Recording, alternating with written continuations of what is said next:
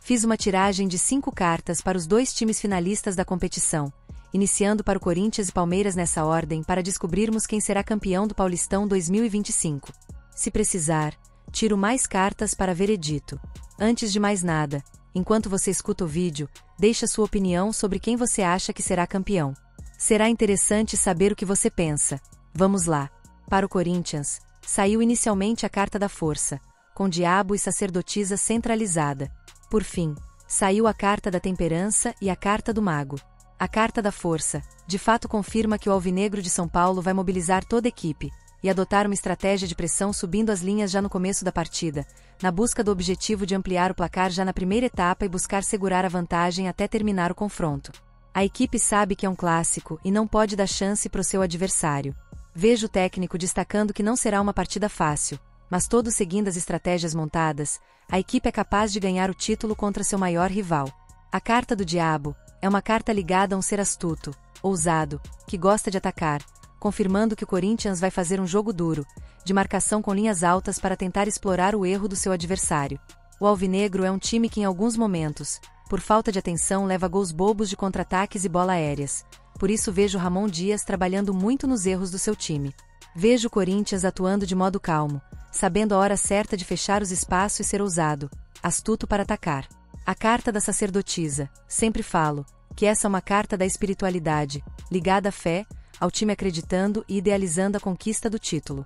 Isso mostra que o time da casa vai se apegar às suas crenças, mais se apegar à fé e ao acreditar que pode começar o ano com o título e em cima do seu maior rival. Porém, o problema dessa carta é a parte emocional, onde alguns jogadores podem se perder um pouco na parte emocional e precise dos mais experientes para elevar a autoestima e nunca deixar de um correr para o outro, e se empenhar ao máximo em campo sem se deixar abalar. A temperança está ligado a um jogo mais cadenciado, de circulação de bola, paciência, de modo a passar o tempo.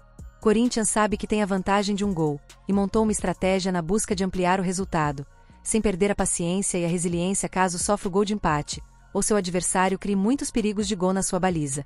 A carta final do mago é uma energia que está ligada a trabalho duro, a se esforçar para conseguir seu objetivo, e é o que eu consigo visualizar, o time de Itaquera com foco total nessa final, com pensamento como se o jogo estivesse 0-0. Vejo o técnico sabendo trabalhar isso na cabeça dos jogadores, mostrando que mesmo com a pequena vantagem de um gol, a equipe não pode jogar em cima disso, não pode abaixar a guarda. Agora para o Palmeiras, a tiragem abriu com a carta da torre, eremita e a carta do louco centralizada. Saiu também a carta do Imperatriz e a do Imperador fechando a tiragem. Torre abrindo, não é algo muito bom. Essa energia é uma carta negativa, pois mostra que o Alviverde precisar saber sofrer, pois vejo o Corinthians criando muito perigo para a defesa adversária. O Palmeiras tem que se cuidar no primeiro tempo, pois pode sofrer mais um gol na primeira etapa e complicar a situação alviverde no confronto.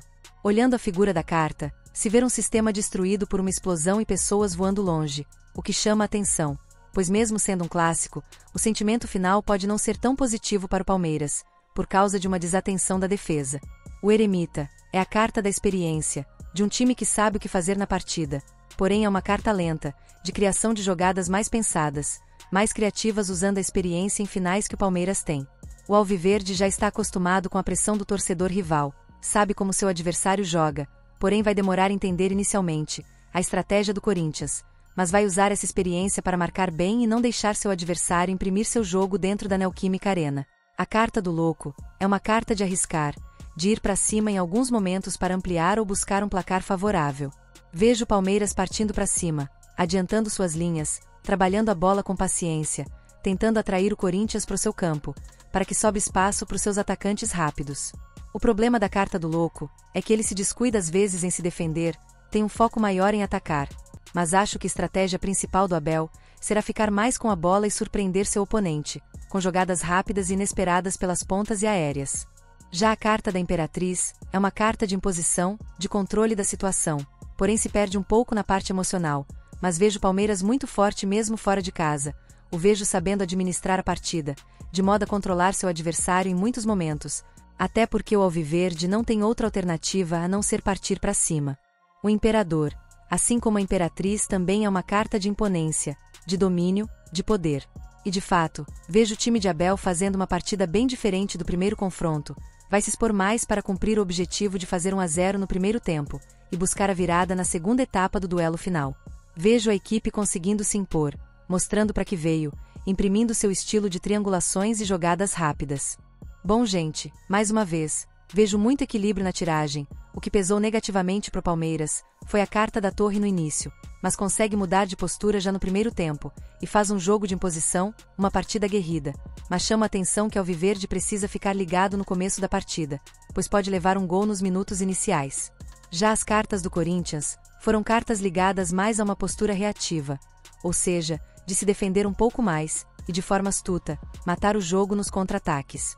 Ainda não consigo definir o campeão, por isso, tirei mais 2 cartas de definição. Para o Corinthians, saiu a carta dos enamorados e a do Sol. A carta dos enamorados está associada ao sentimento da torcida, ao seu apoio que fará a diferença nessa partida.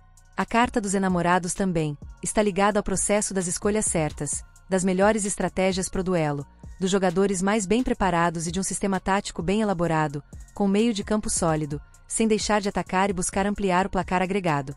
A carta do Sol é uma carta de intensidade, de brilho, de um jogo bem apresentável. Pelo que vejo, o Corinthians pode não começar tão bem no sentido de não conseguir desenvolver seu estilo de jogo, não conseguir atacar tanto, mas na passagem de uma etapa da partida para outra, a equipe terá uma melhora significativa, e vejo que conseguirá imprimir um futebol ainda melhor do que o primeiro confronto.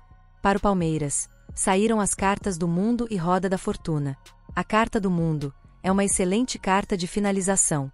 Mundo é uma das melhores cartas do baralho, e está ligada a mérito, a presente, a finalização positiva em tudo que se faz. Porém, o problema está na carta que saiu seguinte, que foi a energia da Roda da Fortuna, que mostra o Palmeiras passando por uma oscilação, altos e baixos, tentando ter o controle do jogo já na reta final e não conseguindo como no começo do confronto. Vejo o time passando por momentos de instabilidades, a qual o Corinthians vai aproveitar. Gente, será uma grande final, será um grande clássico.